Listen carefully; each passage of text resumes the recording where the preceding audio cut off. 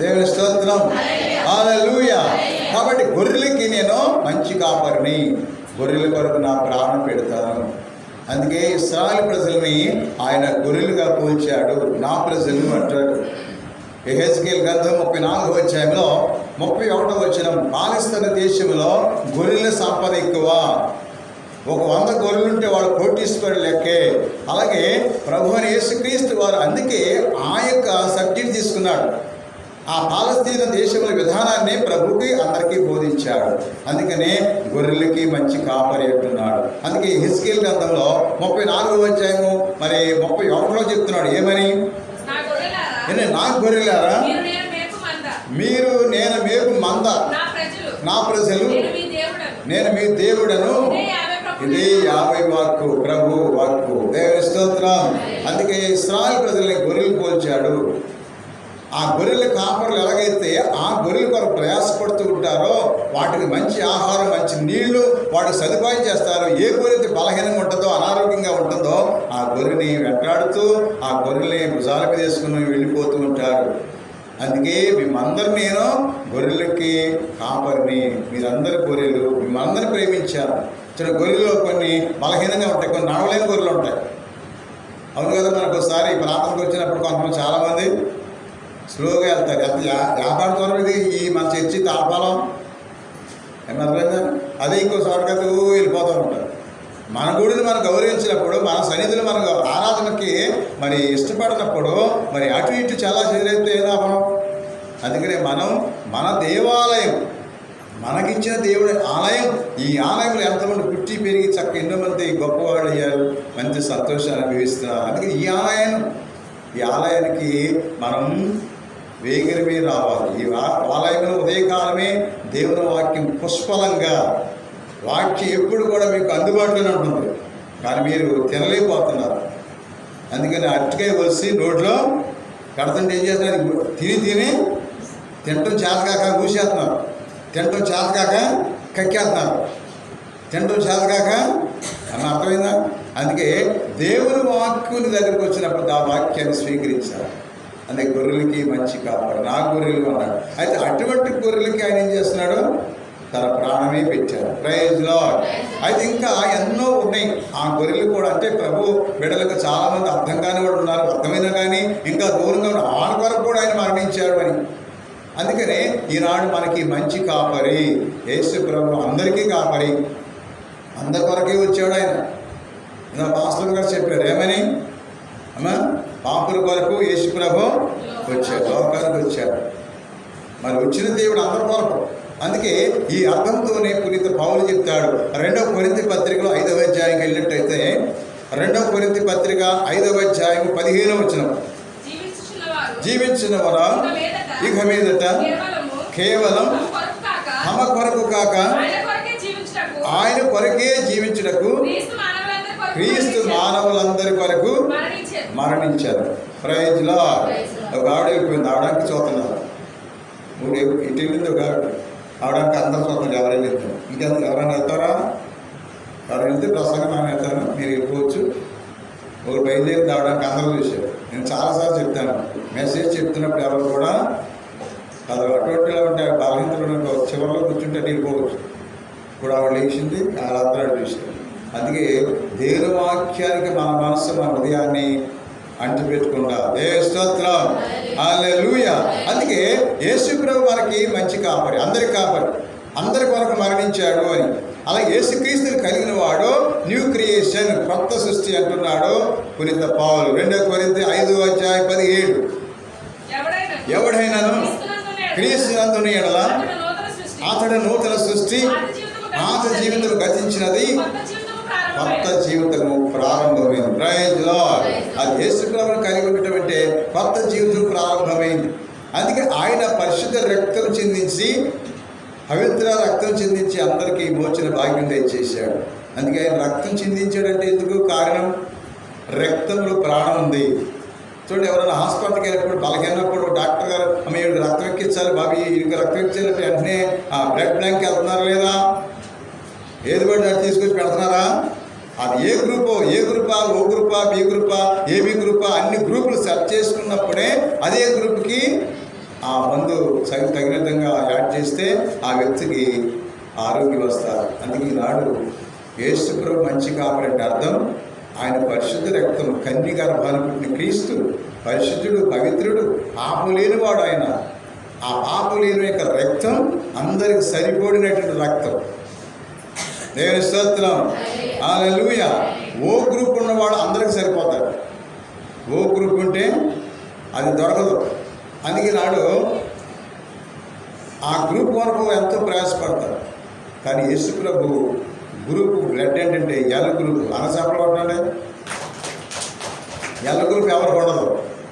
యేసు ప్రభు blood L group. L అంటే love. యోహాను సువార్త 3:16 యోహాను సువార్త 3:16 దేవుడు లోకముని ఎంతో ప్రేమించాడు, కాగా ఆయన తన అద్వితీయ కుమారుని ద్వారా పుట్టిన వారి యందు విశ్వసించు ప్రతివాడును నిత్య జీవం పొందును. దేవుని స్తోత్రం.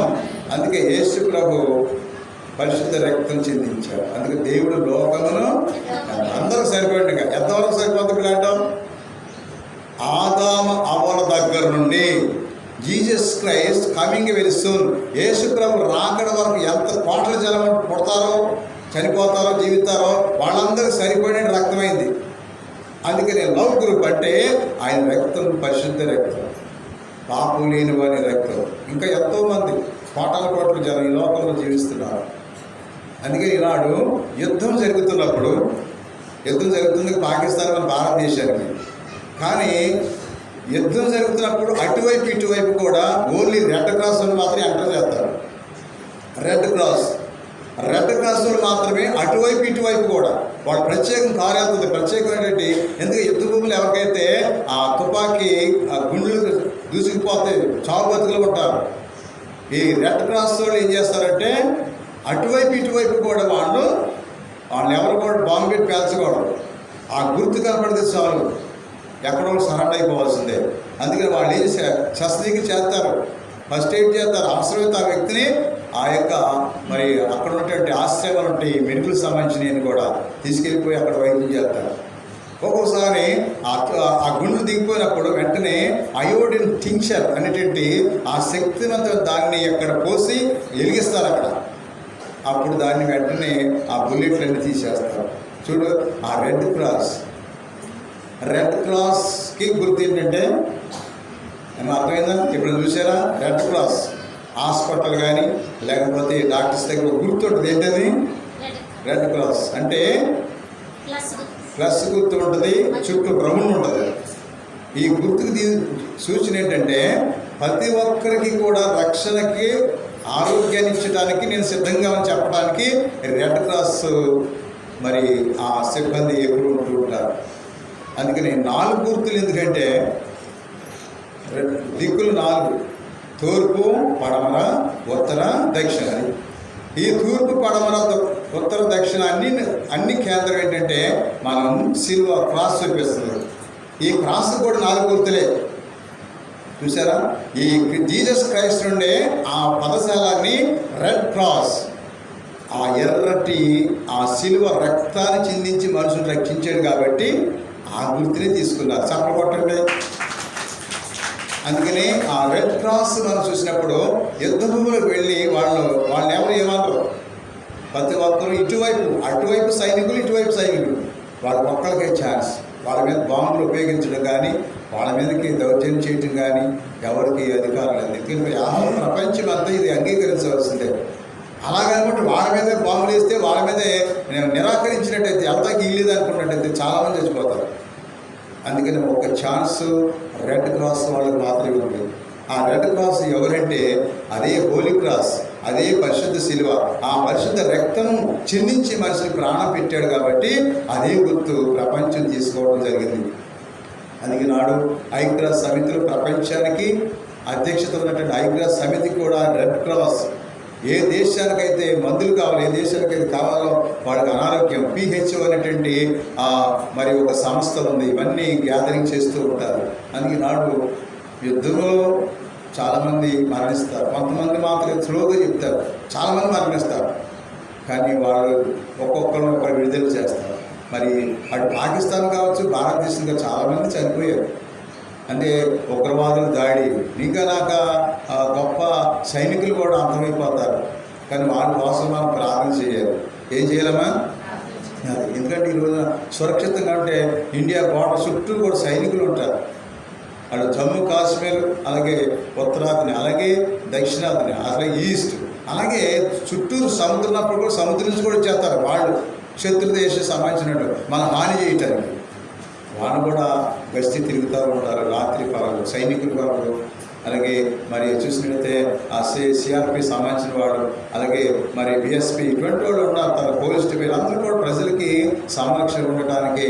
అలాగే నాడు మంచి కాపరి అనే సందర్భంగా ఆ దేశంలో జరుగుతున్న కార్యక్రమాన్ని కూడా అదే నీతి సూర్యుడని క్రీస్తు ఆయన రక్తం చేత అందరికీ ఆరోగ్యం దయచేయమని మనం ఈరోజు ప్రార్థన చేసుకోవాలి. Praise lord, praise lord. అలాగే మనం చూసినట్టయితే దర్శన గ్రంథంలో చెప్తున్నాడంటే వాక్యంలో ఆయన ప్రతి వారికి దుఃఖ బిందువులన్నీ కూడా మూసివేస్తాడు.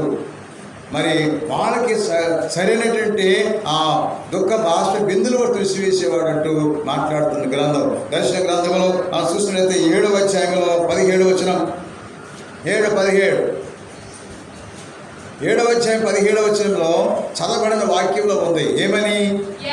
ఏలన సింహాసనములకు మధ్యనున్న గొర్రెపిల్ల వారికి కాపరియగును, వారిని జీవ జలముల యొద్దకు తీసుకుని పోవును. దేవుడు వారి నేత్రములందలి బాష్ప బిందువులను తుడిచివేయును. అది కాబట్టి బాష్ప బిందువులు అంటే అర్థం దుఃఖంతో కూడా జీవితానికి కూడా యేసు ప్రభు ఓదార్పిస్తాడని అర్థం. మనకు ఎన్నో దుఃఖాలు, ఎన్నో బాధలు, కంటికి కనిపించే కొన్ని, కంటికి కనపడినవని మానసికంగా హృదయంలో బాధ ఉండేటువంటి ప్రజలు కూడా దేవుడు ఓదార్పిస్తాడు. అందుకే ఆయన మరి జీవజలంలో ఊట యొద్దకు నడిపిస్తాడు అంటూ ఈరోజు దర్శన గ్రంథంలో మాట్లాడుతాడు. అందుకనే మనకి ఓటని అంటే యేసు ప్రభు మనకు దాహం తీరుస్తాడు, యేసు ప్రభు మనకి ఆరోగ్యం ఇస్తాడు, యేసు ప్రభు మన బాధలన్నీ కూడా తీసివేస్తాడంటూ ఈనాడు ఈ యొక్క దర్శన గ్రంథంలో మనకి తెలియపరచబడుతుంది.